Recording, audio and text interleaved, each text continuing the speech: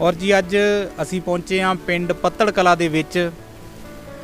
ਸਾਹਿਤਕਾਰ ਦੇ ਵਿੱਚ ਬੜਾ ਵੱਡਾ ਨਾਮ ਜਾਣਿਆ ਜਾਂਦਾ ਸੁਰਜੀਤ ਪਾਤਰ ਜੀ, ਜਿਨ੍ਹਾਂ ਦੇ ਪਿੰਡ ਪਹੁੰਚੇ ਹਾਂ। ਇੱਥੋਂ ਦੀਆਂ ਕਾਫੀ ਨਾਮੀ ਗ੍ਰਾਮੀ ਹਸਤੀਆਂ ਨੇ, ਜਿਨ੍ਹਾਂ ਦੇ ਵਿੱਚ ਦੀਦਾਰ ਪਰਦੇਸੀ ਜੀ, ਸੁਰਜੀਤ ਸਾਜਨ ਜੀ, ਬਿੱਟੂ ਪੱਤੜ ਜੀ ਅਤੇ ਕਬੱਡੀ ਦੇ ਵਿੱਚ ਵੀ ਕਾਫੀ ਨਾਮਣਾ ਕਮਾਇਆ ਇਸ ਪਿੰਡ ਨੇ, ਜਿਨ੍ਹਾਂ ਦੇ ਵਿੱਚ ਬੜੇ ਪੁਰਾਣੇ ਕਬੱਡੀ ਪਲੇਅਰ ਗੁਰਦੇਵ ਸਿੰਘ ਬੋਲਾ ਜੀ ਤੇ ਕੁਸ਼ਤੀ ਦੇ ਵਿੱਚ ਬੂਟਾ ਪਹਿਲਵਾਨ ਜੀ ਹੋਏ ਨੇ। ਤੇ ਅੱਜ ਅਸੀਂ ਇਸ ਨਗਰ ਦੇ ਵਿੱਚ ਇੱਕ ਬੜਾ ਅਨੋਖਾ ਸ਼ੌਂਕ ਪਾਲ ਕੇ ਬੈਠੇ ਹੋਏ ਸਾਡੇ ਵੀਰ, ਉਹਨਾਂ ਨੂੰ ਮਿਲਾਉਣ ਜਾਵਾਂਗੇ, ਕਿਉਂਕਿ ਪੰਜਾਬੀ ਵੱਖ-ਵੱਖ ਸ਼ੌਂਕਾਂ ਦੇ ਨਾਲ, ਵੱਖ-ਵੱਖ ਤਰੀਕਿਆਂ ਦੇ ਨਾਲ ਦੁਨੀਆ ਦੇ ਵਿੱਚ ਜਾਣੇ ਜਾਂਦੇ ਨੇ। ਸੋ ਆਓ ਜੀ ਮਿਲਦੇ ਹਾਂ ਆਪਾਂ।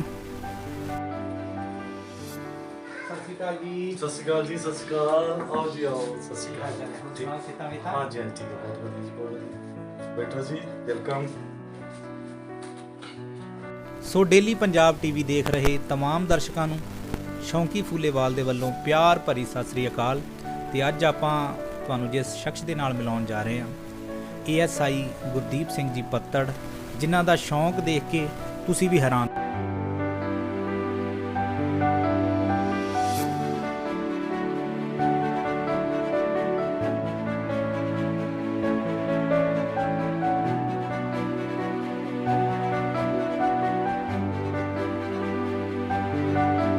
ਰਹਿ ਜਾਓਗੇ। ਸਤਿ ਸ੍ਰੀ ਅਕਾਲ ਭਾਜੀ। ਸਤਿ ਸ਼੍ਰੀ ਅਕਾਲ ਜੀ। ਡੇਲੀ ਪੰਜਾਬ ਟੀਵੀ ਦੀ ਸਾਰੀ ਟੀਮ ਇੱਥੇ ਸਾਡੇ ਗ੍ਰਹਿ ਵਿਖੇ ਆਈ ਹੈ ਜੀ। ਬਹੁਤ ਬਹੁਤ ਜੀ ਆਇਆਂ, ਬਹੁਤ ਬਹੁਤ ਥੈਂਕ ਯੂ। ਔਰ ਮੈਂ ਸੁਣਿਆ ਸੀ ਤੇ ਮੈਂ ਟੀਵੀ ਦੇ ਵਿੱਚ ਵੀ ਦੇਖਿਆ, ਵੀਡੀਓ ਦੇ ਵਿੱਚ ਵੀ ਦੇਖਿਆ, YouTube ਦੇ ਉੱਤੇ, ਕਿ ਤੁਹਾਡੇ ਕੋਲ ਬੜਾ ਅਨਮੋਲ ਖਜ਼ਾਨਾ ਹੈ। ਹਾਂਜੀ ਹਾਂਜੀ, ਬਹੁਤ ਜੀ ਬਹੁਤ।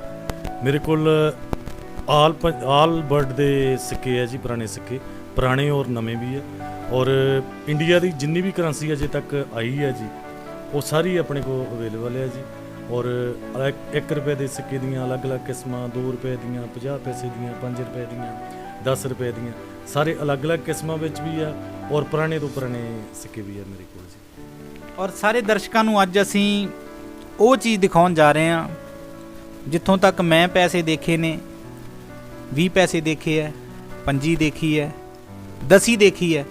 ਪਰ ਅੱਜ ਜਿਹੜੇ ਦਰਸ਼ਕਾਂ ਨੂੰ ਅਸੀਂ ਪੈਸੇ ਦਿਖਾਉਣੇ ਆ, ਉਹ ਪੈਸੇ ਹੋਣਗੇ ਜਿਨ੍ਹਾਂ ਦੇ ਉੱਤੇ ਕੋਈ ਸੰਨ ਵੀ ਨਹੀਂ ਹੋਣਾ, ਤੇ ਨਾਨਕਸ਼ਾਹੀ ਮੋਹਰਾਂ ਵੀ ਦਿਖਾਵਾਂਗੇ ਤੁਹਾਨੂੰ। ਤੇ ਤੁਸੀਂ ਜੁੜੇ ਰਹੋ ਡੇਲੀ ਪੰਜਾਬ ਟੀਵੀ ਦੇ ਨਾਲ। ਤੇ ਭਾਜੀ ਮੈਂ ਚਾਹੁੰਦਾ ਵੀ ਹੁਣ ਤੁਸੀਂ ਨਾ ਦੇਰ ਨਾ ਲਾਓ, ਆਪਾਂ ਆਪਣੇ ਦਰਸ਼ਕਾਂ ਨੂੰ ਉਹ ਪੁਰਾਣੀ ਕਰੰਸੀ ਦੇ ਦਰਸ਼ਨ ਕਰਾਈਏ, ਪੁਰਾਣੇ ਪੈਸਿਆਂ ਦੇ ਦਰਸ਼ਨ ਕਰਵਾਈਏ, ਨਾਨਕਸ਼ਾਹੀ ਸਿੱਕਿਆਂ ਦੇ ਦਰਸ਼ਨ ਕਰਾਈਏ, ਜਿਹਨੂੰ ਪੌਲੀਆਂ ਕਹਿੰਦੇ ਨੇ, ਉਹਨਾਂ ਦੇ ਵੀ ਦਰਸ਼ਨ ਕਰਵਾਈਏ। ਹਾਂਜੀ ਜ਼ਰੂਰ ਜੀ ਜ਼ਰੂਰ। ਸੋ ਹੁਣ ਅਸੀਂ ਦਰਸ਼ਕਾਂ ਨੂੰ ਉਹ ਕਰੋੜਾਂ ਦਾ ਖਜ਼ਾਨਾ, ਜਿਨ੍ਹਾਂ ਨੂੰ ਕਦੀ ਲੋਕ ਖੋਟੇ ਸਿੱਕੇ ਕਹਿ ਕੇ ਤਿਆਗ ਦਿੰਦੇ ਰਹੇ ਨੇ, ਪਰ ਉਹ ਖੋਟੇ ਸਿੱਕੇ ਅੱਜ ਲੱਖਾਂ ਦੀ ਕੀਮਤ ਦੇ ਵਿੱਚ ਨੇ। ਤੇ ਭਾਜੀ ਮੈਂ ਇਹੀ ਪੁੱਛਣਾ ਚਾਹਾਂਗਾ ਵੀ ਤੁਹਾਨੂੰ ਇਹ ਸਿੱਕੇ ਇਕੱਠੇ ਕਰਨ ਦਾ ਸ਼ੌਂਕ ਪੈਦਾ ਕਿੱਦਾਂ ਹੋਇਆ? ਇਹ ਸ਼ੌਂਕੀ ਸਾਹਿਬ, ਸਿੱਕੇ ਇਹ ਸ਼ੌਂਕ ਤਾਂ ਬਾਅਦ ਵਿੱਚ ਬਣਿਆ ਜੀ। ਇਹ ਐਕਚੁਅਲੀ ਜਦੋਂ ਬਚਪਨ ਦੇ ਵਿੱਚ ਆਪਾਂ ਦੁਕਾਨ 'ਤੇ ਜਾਂਦੇ ਸੀ ਚੀਜ਼ ਲੈਣ ਕੋਈ, ਤੇ ਦੁਕਾਨਦਾਰ ਨੂੰ ਕਹਿਣਾ ਵੀ ਚਾਚਾ ਚੀਜ਼ੀ, ਉਹਨੇ ਉਹ ਪੈਸਾ ਦੇਖਣਾ, ਘੁਮਾਉਣਾ, ਉਹਨੇ ਦੇਖਣਾ ਵੀ ਨਹੀਂ ਕਾਕਾ ਇਹ ਨਹੀਂ ਚੱਲਣਾ, ਇਹ ਖੋਟਾ ਪੈਸਾ। ਔਰ ਉਹੀ ਪੈਸਾ ਮੈਂ ਘਰ ਇੱਕ ਬਰਤਨ ਪਿਆ ਸੀ ਜੀ, ਕੇਤਲੀ ਪਈ ਸੀ, ਉਹਦੇ ਵਿੱਚ ਲਿਆ ਕੇ ਸਿੱਟ ਦਿੰਦਾ ਰਿਹਾ। ਔਰ ਹੌਲੀ ਹੌਲੀ ਉਹ ਸਿੱਕੇ ਵੱਧਦੇ ਰਹੇ। ਮੈਂ ਸਕੂਲ ਗਿਆ, ਨੌਲੇਜ ਹੋਇਆ। ਔਰ ਜਦੋਂ ਮੈਂ ਉਹਨਾਂ ਸਿੱਕਿਆਂ ਨੂੰ ਬਾਅਦ ਵਿੱਚ ਦੇਖਿਆ ਵੀ ਦੇਖੀ ਤਾਂ ਸਹੀ ਖੋਟੇ ਪੈਸੇ ਹੁੰਦੇ ਕਿੱਦਾਂ ਦੇ ਆ। ਜਦੋਂ ਮੈਂ ਕੇਤਲੀ ਢੇਰੀ ਕਰਕੇ ਦੇਖੀ ਜੀ, ਤਾਂ ਉਹ ਸਾਡੇ ਨੌਲੇਜ ਦੀ ਘਾਟ ਦਾ ਕਰਕੇ ਅਸੀਂ ਉਹਨੂੰ ਖੋਟੇ ਪੈਸੇ ਕਹੀ ਜਾਂਦੇ ਸੀ, ਕਿਉਂਕਿ ਮੈਨੂੰ ਵੀ ਪੜ੍ਹਨਾ ਨਹੀਂ ਸੀ ਆਉਂਦਾ ਔਰ ਦੁਕਾਨਦਾਰ ਨੂੰ ਵੀ ਨਹੀਂ ਪਤਾ ਸੀਗਾ। ਇਸੇ ਵਜ੍ਹਾ ਦੇ ਨਾਲ ਖੋਟੇ ਪੈਸੇ ਕਹੀ ਜਾਂਦੇ ਸੀਗੇ ਜੀ, ਜਦ ਕਿ ਉਹ ਖੋਟੇ ਪੈਸੇ ਕੋਈ ਵੀ ਨਹੀਂ ਸੀ। ਸਾਡੇ ਹੀ ਮੁਲਕ ਦੇ ਪੁਰਾਣੇ ਸਿੱਕੇ ਸੀਗੇ, ਮੁਗਲ ਕਾਲ ਦੇ ਸੀਗੇ, ਅੰਗਰੇਜ਼ ਕਾਲ ਦੇ ਸੀਗੇ, ਔਰ ਪੁਰਾਣੀਆਂ ਰਿਆਸਤਾਂ ਦੀਆਂ ਮੋਹਰਾਂ ਸੀਗੀਆਂ, ਔਰ ਅਲੱਗ-ਅਲੱਗ ਕੰਟਰੀਆਂ ਦੇ ਸਿੱਕੇ ਸੀ, ਜੋ ਕਿ ਸਾਡੇ ਨੌਲੇਜ ਦੀ ਘਾਟ ਕਰਕੇ ਉਹਨੂੰ ਖੋਟੇ ਪੈਸੇ ਕਹਿੰਦੇ ਸੀ, ਜਦ ਕਿ ਖੋਟੇ ਪੈਸੇ ਨਹੀਂ ਸੀ। ਬਿਲਕੁਲ ਸਹੀ ਗੱਲ ਕਹੀ ਹੈ ਭਾਜੀ ਹੁਣਾਂ ਨੇ ਕਿ ਉਹ ਸਿੱਕੇ ਖੋਟੇ ਨਹੀਂ ਸੀ। ਮੈਨੂੰ ਇਹਨਾਂ ਦੀ ਗੱਲ ਤੋਂ ਬੜਾ ਅੱਛਾ ਲੱਗਾ ਕਿ ਇਨਸਾਨ ਨੂੰ ਪੜ੍ਹਾਈ ਲਿਖਾਈ ਜ਼ਰੂਰ ਕਰਨੀ ਚਾਹੀਦੀ ਆਪਣੀ ਜ਼ਿੰਦਗੀ ਦੇ ਵਿੱਚ। ਕੋਈ ਵੀ ਚੀਜ਼ ਕਦੇ ਖੋਟੀ ਨਹੀਂ ਹੁੰਦੀ, ਉਹਦਾ ਕਿਤੇ ਨਾ ਕਿਤੇ ਮਤਲਬ ਜ਼ਰੂਰ ਹੁੰਦਾ ਹੈ, ਕਿਤੇ ਨਾ ਕਿਤੇ ਉਹ ਜ਼ਰੂਰ ਕੰਮ ਆ ਜਾਂਦੀ ਹੈ। ਤੇ ਮੈਂ ਭਾਜੀ ਤੁਹਾਨੂੰ ਗੁਜ਼ਾਰਿਸ਼ ਕਰਾਂਗਾ ਕਿ ਜਿਹੜੇ ਆਪਣੇ ਇੰਡੀਆ ਦੀ ਸਭ ਤੋਂ ਪਹਿਲੀ ਕਰੰਸੀ ਜਿਨ੍ਹਾਂ ਦੇ ਉੱਤੇ ਕੋਈ ਸੰਨ ਜਾਂ ਮੋਹਰਾਂ ਲੱਗੀਆਂ ਹੋਈਆਂ, ਤੁਸੀਂ ਉਹ ਦਿਖਾਓ ਦਰਸ਼ਕਾਂ ਨੂੰ। ਠੀਕ ਹੈ ਜੀ, ਠੀਕ ਹੈ।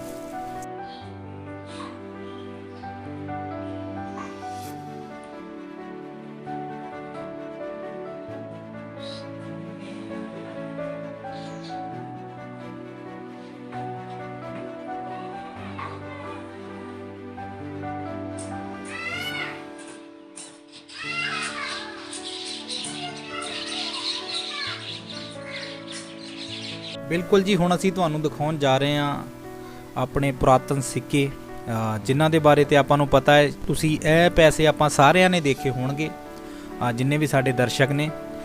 ਤਕਰੀਬਨ ਆਪਾਂ ਕਰੰਸੀ ਦੇਖੀ ਹੋਈ ਹੈ, ਪਰ ਆਹ ਵਾਲੀ ਕਰੰਸੀ ਦੇ ਬਾਰੇ ਮੈਨੂੰ ਤੇ ਇਹਦੇ ਬਾਰੇ ਕੁਝ ਨਹੀਂ ਪਤਾ ਹੈ। ਆਪਾਂ ਪੁੱਛਦੇ ਹਾਂ ਭਾਜੀ, ਇਹ ਜਿਹੜਾ ਸਿੱਕਾ ਇਹਨੂੰ ਕਿਹੜਾ ਸਿੱਕਾ ਕਹਿੰਦੇ ਨੇ? ਹਾਂਜੀ, ਇਹ ਜੀ ਮਨਸੂਰੀ ਮੋਹਰਾ ਇਹਨਾਂ ਨੂੰ ਕਿਹਾ ਗਿਆ ਜੀ।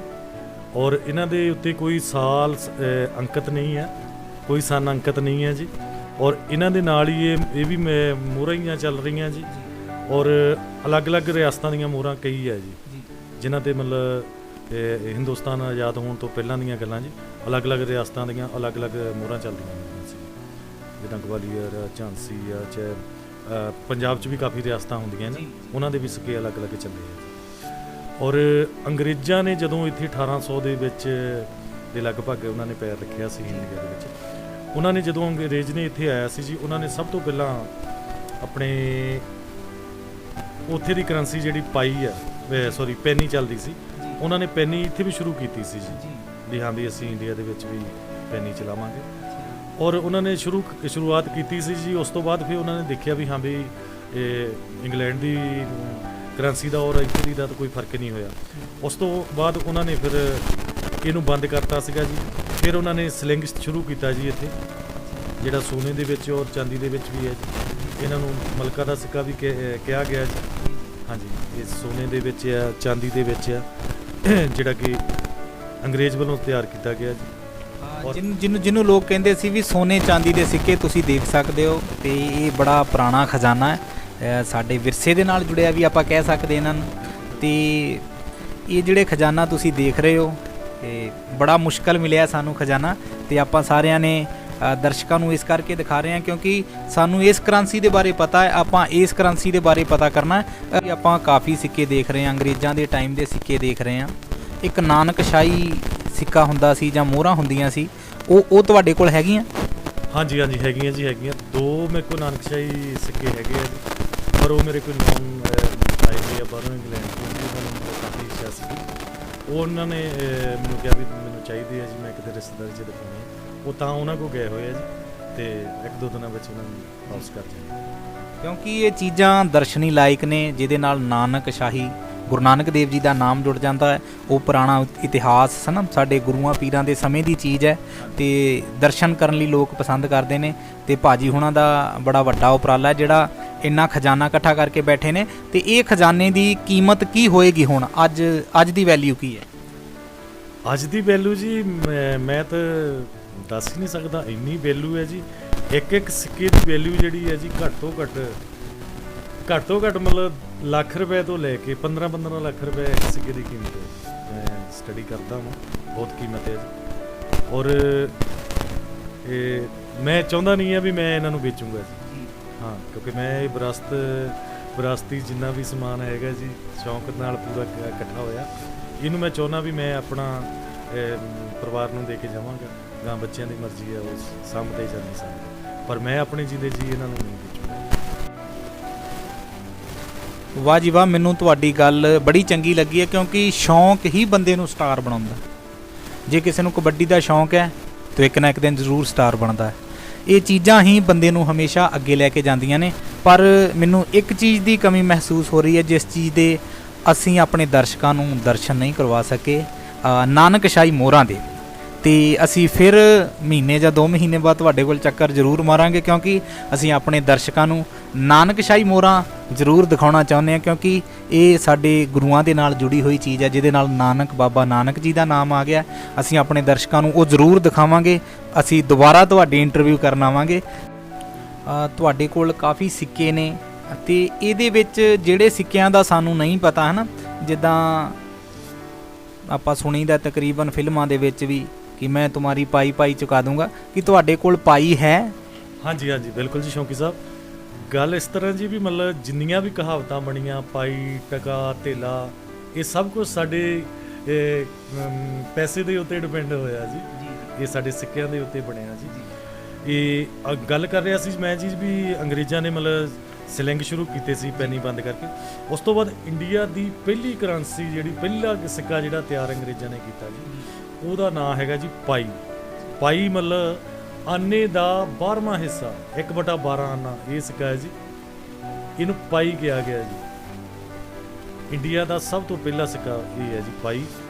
ਔਰ ਇਹਦੇ ਤੋਂ ਬਣਿਆ ਵੀ ਮੈਂ ਤੁਹਾਡੀ ਪਾਈ ਪਾਈ ਚੁਕਾ ਦੂੰਗਾ। ਹਾਂਜੀ ਹਾਂਜੀ ਬਿਲਕੁਲ ਬਿਲਕੁਲ ਬਿਲਕੁਲ।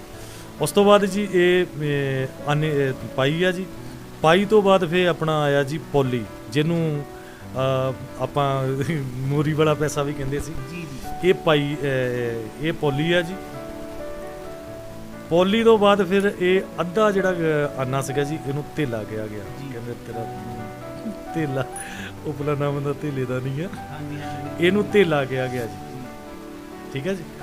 ਧੇਲੇ ਤੋਂ ਬਾਅਦ ਫਿਰ ਇਹ ਅੱਧਾ ਆਨਾ ਹੋ ਗਿਆ ਜੀ। ਧੇਲੇ ਤੋਂ ਬਾਅਦ ਫਿਰ ਹੋ ਗਿਆ ਜੀ ਆਨਾ। ਇਹ ਅੱਧਾ ਆਨਾ, ਇਹ ਆਨਾ ਹੋ ਗਿਆ ਆਨਾ ਜੀ। ਜਿੱਦਾਂ ਕਿ ਇਹ ਪੋਲੀ 1/12 ਆਨਾ, ਇਹ 1/4 ਹਿੱਸਾ ਜੀ ਆਨੇ ਦਾ। ਇਹ ਪੋਲੀ, ਇਹ ਅੱਧਾ ਆਨਾ ਜੀ, ਇਹ ਧੇਲਾ ਔਰ ਇਹ ਆਨਾ ਹੋ ਗਿਆ ਜੀ। ਔਰ ਆਨੇ ਤੋਂ ਬਾਅਦ ਫਿਰ ਆਪਣਾ ਹੋ ਗਿਆ ਜੀ 2 ਆਨਾ। ਹਾਂਜੀ ਇਹ ਆਨਾ ਹੋ ਗਿਆ ਜੀ। ਉਸ ਤੋਂ ਬਾਅਦ ਇਹ 2 ਆਨਾ, ਜਿਹਨੂੰ ਦੀਵਾਨੀ ਵੀ ਕਿਹਾ ਗਿਆ ਜੀ। ਔਰ ਇਸੇ ਤਰ੍ਹਾਂ 4 ਆਨਾ ਚਵਾਨੀ ਕਿਹਾ ਗਿਆ ਜੀ। ਇਹ ਚਵਾਨੀ ਆ। ਚਵਾਨੀ ਤੋਂ ਬਾਅਦ ਫਿਰ ਜੀ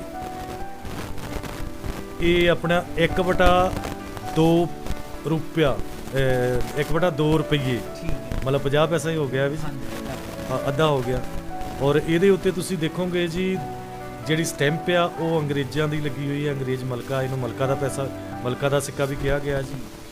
ਔਰ ਇਸੇ ਤਰ੍ਹਾਂ ਇਹ ਜਿਹੜੇ ਪੈਸੇ ਚੱਲੇ ਸੀਗੇ ਜੀ, ਇਹਨੂੰ ਨਵਾਂ ਪੈਸਾ ਕਹਿੰਦੇ ਸੀ ਜੀ। ਇੱਕ ਨਵਾਂ ਪੈਸਾ, ਮਤਲਬ ਆਨੇ ਤੋਂ ਬਾਅਦ ਪੈਸੇ ਆ ਗਏ ਜੀ, ਇੱਕ ਨਵਾਂ ਪੈਸਾ ਹੋ ਗਿਆ ਜੀ। ਇਹਨੂੰ ਘੋੜੇ ਵਾਲਾ ਪੈਸਾ ਕਹਿੰਦੇ ਸੀ ਜੀ, ਔਰ ਨਵਾਂ ਪੈਸਾ ਵੀ ਇਹਨੂੰ ਕਹਿੰਦੇ ਸੀ।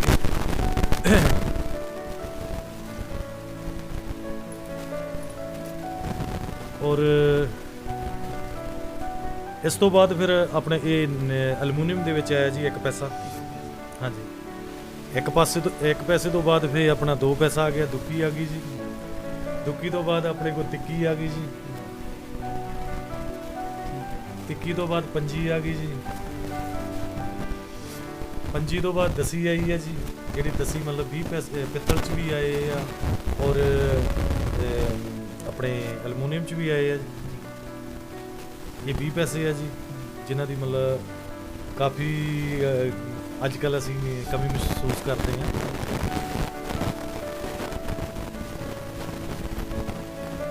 ਉਸ ਤੋਂ ਬਾਅਦ ਫਿਰ 25 ਪੈਸੇ ਆਏ ਆ ਜੀ। ਅਲੱਗ-ਅਲੱਗ ਧਾਤੂਆਂ 'ਚ ਆਏ ਆ, ਅਲੱਗ-ਅਲੱਗ ਡਿਜ਼ਾਈਨਾਂ 'ਚ ਆਏ ਆ ਜੀ। ਇਹਨਾਂ ਤੋਂ ਬਾਅਦ ਫਿਰ 50 ਪੈਸੇ ਜੀ। 50 ਪੈਸੇ ਤੋਂ ਬਾਅਦ 1 ਰੁਪਇਆ। ਔਰ 1 ਰੁਪਏ ਦੀਆਂ ਮੇਰੇ ਕੋਲ ਇਸ ਵੇਲੇ ਜੀ 35 ਕੁ ਕਿਸਮਾਂ ਦੇ 1 ਰੁਪਏ ਦੇ ਸਿੱਕੇ ਆ ਜੀ। ਔਰ 2 ਰੁਪਏ ਦੇ ਸਿੱਕੇ ਮੇਰੇ ਕੋਲ ਤਕਰੀਬਨ 30 ਕੁ ਕਿਸਮ ਦੇ 2 ਰੁਪਏ ਦੇ ਸਿੱਕੇ ਆ ਜੀ। ਔਰ 5 ਰੁਪਏ ਦੇ ਸਿੱਕੇ ਮੇਰੇ ਕੋਲ 12-13 ਕਿਸਮ ਦੇ ਆ ਜੀ। 10 ਰੁਪਏ ਦੇ ਸਿੱਕੇ ਜਿਹੜੇ ਮੇਰੇ ਕੋਲ 10 ਕਿਸਮ ਦੇ ਆ ਜੀ। ਇਹ ਹੋ ਗਏ ਸਾਡੀ ਸਿੱਕਿਆਂ ਦੀ ਦਾਸਤਾਨ ਜੀ।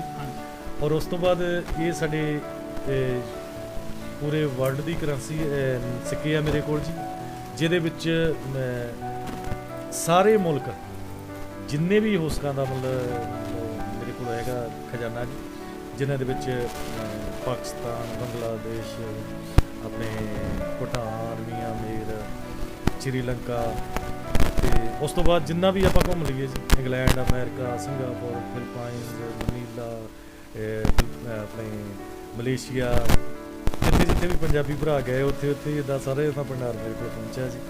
ਔਰ ਬਹੁਤ ਮਤਲਬ ਸਹਿਯੋਗ ਮਿਲ ਰਿਹਾ ਯਾਰਾਂ ਦੋਸਤਾਂ ਦਾ, ਸੱਜਣ ਬੇਲੀਆਂ ਦਾ, ਰਿਸ਼ਤੇਦਾਰਾਂ ਦਾ, ਜਿਨ੍ਹਾਂ ਦੇ ਸਹਿਯੋਗ ਦੇ ਨਾਲ ਮਤਲਬ ਖਜ਼ਾਨਾ ਤਿਆਰ ਹੋਇਆ ਜੀ ਮੇਰਾ ਇਹਦਾ। ਗੁਰਦੀਪ ਭਾਜੀ, ਮੈਂ ਪੁੱਛਣਾ ਚਾਹਾਂਗਾ ਕਿ ਇਹ ਜਿਹੜਾ ਖਜ਼ਾਨਾ ਤੁਸੀਂ ਕੀਤਾ ਇਕੱਠਾ, ਤੁਸੀਂ ਕਹਿੰਦੇ ਵੀ ਮੈਂ ਕਦੀ ਬਾਹਰ ਨਹੀਂ ਗਿਆ, ਇਹ ਬਾਹਰਲੀ ਕਰੰਸੀ ਤੁਹਾਡੇ ਕੋਲ ਕਿੱਦਾਂ ਆਈ? ਹਾਂਜੀ, ਇਹ ਮਤਲਬ ਸ਼ੌਂਕੀ ਸਾਹਿਬ ਆਪਾਂ ਗੱਲ ਕਰ ਰਹੇ ਸੀ ਵੀ ਜਦੋਂ ਸਕੂਲ ਟਾਈਮ ਦੀ ਗੱਲ ਚੱਲਦੀ ਸੀ ਵੀ ਸਕੂਲੇ ਨਹੀਂ ਜਾਂਦੇ ਸੀ, ਉਹਨਾਂ ਟਾਈਮਾਂ ਦੇ ਵਿੱਚ ਉਹ ਖੋਟੇ ਪੈਸੇ ਇਕੱਠੇ ਕਰਨ ਦੇ ਚੱਕਰ ਵਿੱਚ ਬਹੁਤ ਜ਼ਿਆਦਾ ਮਤਲਬ ਮੈਂ ਪੈਸੇ ਇਕੱਠੇ ਕਰ ਚੁੱਕਾ ਸੀ। ਔਰ ਜਦੋਂ ਉਹਨਾਂ ਨੂੰ ਦੇਖਿਆ ਵੀ ਖੋਟੇ ਪੈਸੇ ਤਾਂ ਕੋਈ ਵੀ ਨਹੀਂ ਹੈ, ਇਹ ਤਾਂ ਅਲੱਗ-ਅਲੱਗ ਮੁਲਕਾਂ ਦੇ, ਚਾਹੇ ਸਾਡੇ ਮੁਲਕ ਦੇ ਪੁਰਾਣੇ ਸਿੱਕੇ ਆ, ਇਸੇ ਕਰਕੇ ਫਿਰ ਮੈਂ ਜਦੋਂ ਦੇਖਿਆ ਵੀ ਸਿੱਕੇ ਤਾਂ ਕਾਫੀ ਹੋ ਗਏ ਆ, ਤੇ ਕਿਉਂ ਨਾ ਇਸ ਕੰਮ ਨੂੰ ਮਤਲਬ ਆਪਣੇ ਸ਼ੌਂਕ ਦੇ ਨਾਲ ਹੀ ਕੀਤਾ ਜਾਵੇ। ਤਾਂ ਫਿਰ ਮੈਂ ਅਲੱਗ-ਅਲੱਗ ਕਿਸਮਾਂ ਦੇ ਸਿੱਕੇ ਸ਼ੁਰੂ ਇਕੱਠੇ ਕਰਨੇ ਸ਼ੁਰੂ ਕਰਤੇ ਜੀ। ਅੱਜ ਤੋਂ 15 ਕੁ ਸਾਲ ਪਹਿਲਾਂ ਦੀ ਗੱਲ ਹੈ ਜੀ।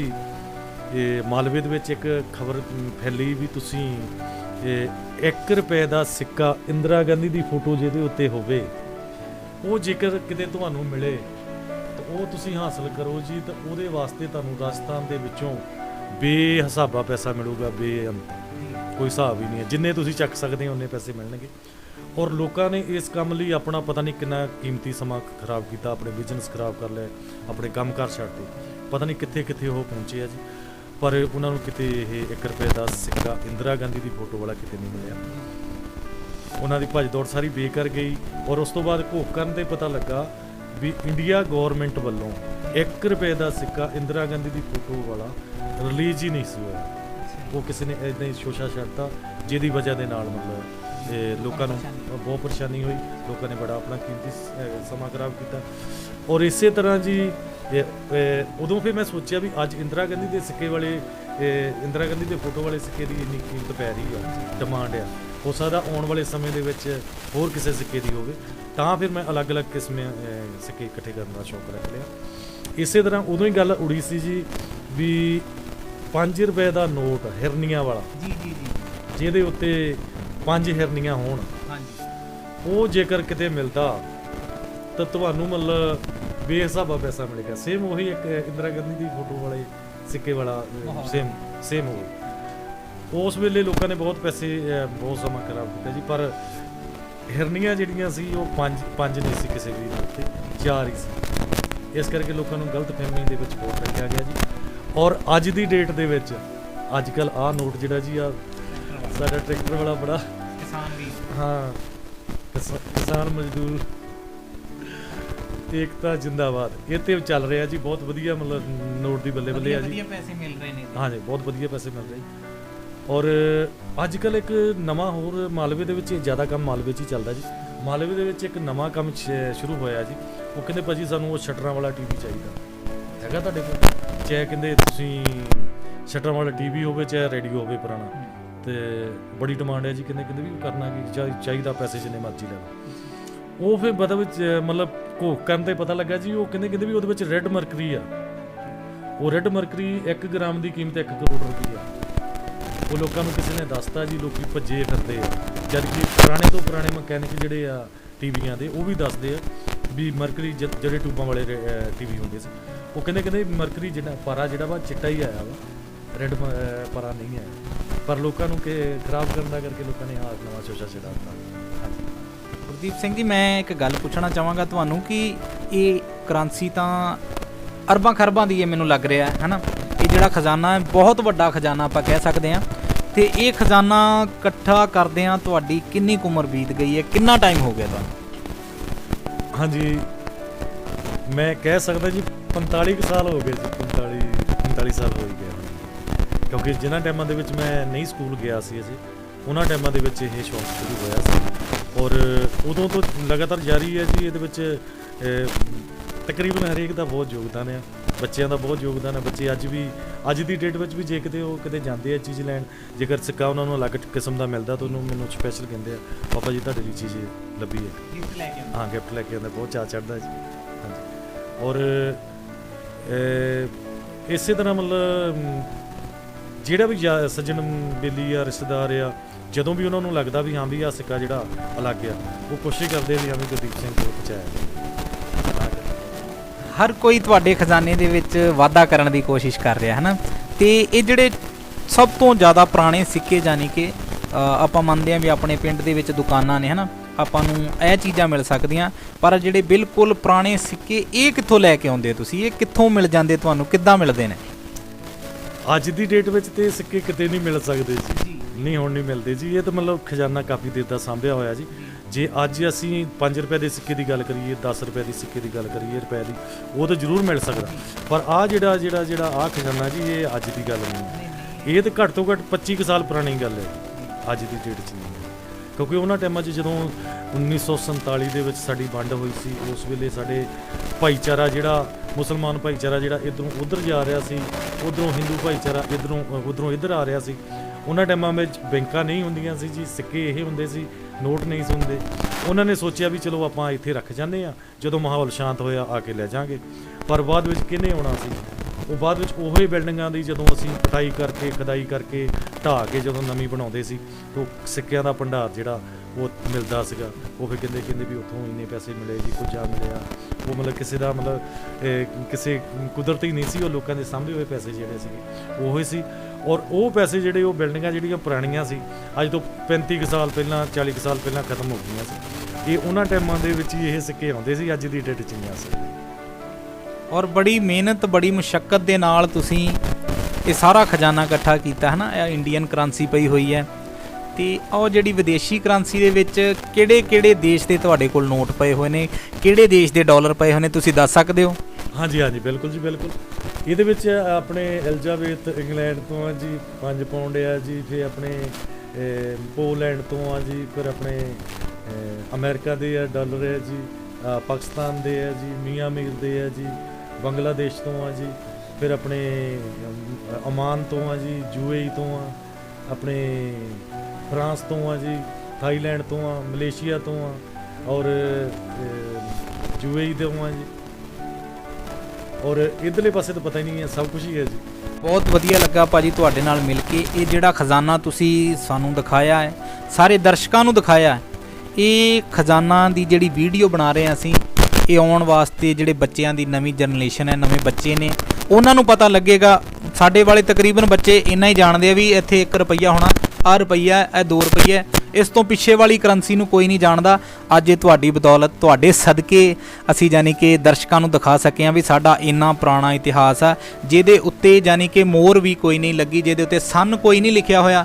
ਇੱਦਾਂ ਦੇ ਪੈਸੇ ਤੁਹਾਡੇ ਕੋਲ ਨੇ, ਅਤੇ ਅਸੀਂ ਚਾਹੁੰਦੇ ਹਾਂ ਕਿ ਤੁਹਾਡਾ ਸ਼ੌਂਕ ਜਿਹੜਾ ਹੈ ਇਹ ਤੁਹਾਨੂੰ ਦੁਨੀਆ ਦੇ ਵਿੱਚ ਅੱਗੇ ਕਾਮਯਾਬੀ ਤੱਕ ਲੈ ਕੇ ਜਾਵੇ। ਅਤੇ ਅਸੀਂ ਚਾਹੁੰਦੇ ਹਾਂ ਵੀ ਤੁਸੀਂ ਕੋਈ ਸਾਡੇ ਦਰਸ਼ਕਾਂ ਨੂੰ ਸੰਦੇਸ਼, ਕੋਈ ਸੁਨੇਹਾ ਦੇਣਾ ਚਾਹੁੰਦੇ ਹੋ ਸਾਡੇ TV ਦੇ ਮਾਧਿਅਮ ਦੁਆਰਾ? ਹਾਂਜੀ, ਡੇਲੀ ਪੰਜਾਬ ਨਿਊਜ਼ ਚੈਨਲ ਦੇ ਜਿੰਨੇ ਵੀ ਦਰਸ਼ਕ ਹੈ ਜੀ, ਮੈਂ ਉਹਨਾਂ ਨੂੰ ਸਾਰਿਆਂ ਨੂੰ ਇਹ ਸੰਦੇਸ਼ ਦੇਣਾ ਚਾਹੁੰਦਾ ਵਾਂ ਵੀ ਆਪਣਾ ਸ਼ੌਂਕ, ਕੋਈ ਵੀ ਸ਼ੌਂਕ ਜਿਹੜਾ ਤੁਹਾਡਾ, ਉਹਨੂੰ ਦਬਾਉਣਾ ਨਹੀਂ ਚਾਹੀਦਾ ਜੀ।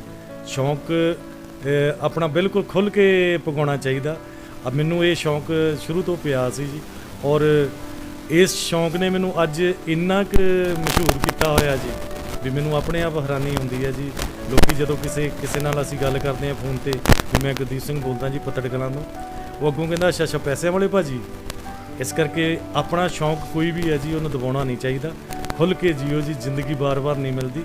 ਜ਼ਿੰਦਗੀ ਕਹਿੰਦੇ ਵੀ ਸਰ ਮੌਤ ਇੱਕ ਵਾਰ ਮਿਲਦੀ ਹੈ ਜੀ, ਜ਼ਿੰਦਗੀ ਰੋਜ਼ ਮਿਲਦੀ ਹੈ ਜੀ, ਜ਼ਿੰਦਗੀ ਰੋਜ਼ ਮਿਲਦੀ ਹੈ, ਸਿਰਫ ਮੌਤ ਇੱਕ ਵਾਰੀ ਮਿਲਦੀ ਹੈ। ਇਸ ਕਰਕੇ ਆਪਣੇ ਸ਼ੌਂਕ ਨੂੰ ਕਦੀ ਦਬਾਉਣਾ ਨਹੀਂ ਚਾਹੀਦਾ ਜੀ, ਖੁੱਲ੍ਹ ਕੇ ਜੀਓ ਜੀ। ਮੈਂ 80 ਸਾਲ ਦੇ ਜਵਾਨ ਵੀ ਦੇਖੇ ਆ ਔਰ 30 ਸਾਲ ਦੇ ਬੁੱਢੇ ਵੀ ਦੇਖੇ ਆ, ਇਸ ਕਰਕੇ ਖੁੱਲ੍ਹ ਕੇ ਜੀਓ। ਵਾਹ ਜੀ ਵਾਹ, ਬਹੁਤ ਚੰਗਾ ਲੱਗਾ ਜੀ ਤੁਹਾਡੀ ਗੱਲ ਸੁਣ ਕੇ ਕਿ ਜ਼ਿੰਦਗੀ ਜੀਣ ਦਾ ਨਾਂ ਹੀ ਹੈ।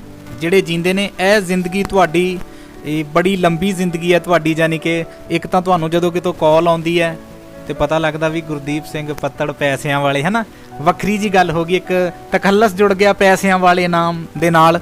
ਤੇ ਇਦਾਂ ਦੇ ਸ਼ੌਂਕ ਸਾਡੇ ਪੰਜਾਬੀ ਵੀਰ, ਕੋਈ ਘਰ ਨੂੰ ਸ਼ਿੰਗਾਰਦਾ ਹੈ, ਕੋਈ ਟਰੈਕਟਰ ਨੂੰ ਸ਼ਿੰਗਾਰਦਾ ਹੈ। ਤੇ ਮੈਂ ਇਹੀ ਚਾਹੁੰਦਾ ਵੀ ਜਿਹੜੇ ਵੀ ਇਹਨਾਂ ਪੈਸਿਆਂ ਦੇ ਰੂਬਰੂ ਦਰਸ਼ਨ ਕਰਨਾ ਚਾਹੁੰਦੇ ਨੇ, ਇਹਨਾਂ ਕਰੰਸੀ ਨੂੰ, ਇਸ ਨੂੰ ਦੇਖਣਾ ਚਾਹੁੰਦੇ ਨੇ, ਪੁਰਾਣੇ ਸਿੱਕਿਆਂ ਨੂੰ ਦੇਖਣਾ ਚਾਹੁੰਦੇ ਨੇ, ਔਰ ਸਾਡੇ ਗੁਰਦੀਪ ਸਿੰਘ ਪੱਤੜ ਜੀ ਨੂੰ ਮਿਲਣਾ ਚਾਹੁੰਦੇ ਨੇ, ਤੇ ਅਸੀਂ ਵੀਡੀਓ ਦੇ ਵਿੱਚ ਉਹਨਾਂ ਦਾ ਨੰਬਰ ਦੇ ਦਿਆਂਗੇ। ਤੁਸੀਂ ਕਾਲ ਕਰਕੇ ਕਦੀ ਵੀ ਇਹਨਾਂ ਪੈਸਿਆਂ ਦੇ ਦਰਸ਼ਨ ਕਰ ਸਕਦੇ ਹੋ ਔਰ ਇੱਕ ਵਧੀਆ ਰੂਹ ਨੂੰ ਮਿਲ ਸਕਦੇ ਹੋ। ਤੇ ਇਸੇ ਤਰ੍ਹਾਂ ਹੀ ਜੁੜੇ ਰਹੋ ਡੇਲੀ ਪੰਜਾਬ TV ਦੇ ਨਾਲ, ਤੇ ਆਪਾਂ ਕਿਸੇ ਹੋਰ ਵੀਡੀਓ ਦੇ ਨਾਲ ਤੁਹਾਨੂੰ ਮਿਲਦੇ ਹਾਂ। ਸਤਿ ਸ੍ਰੀ ਅਕਾਲ।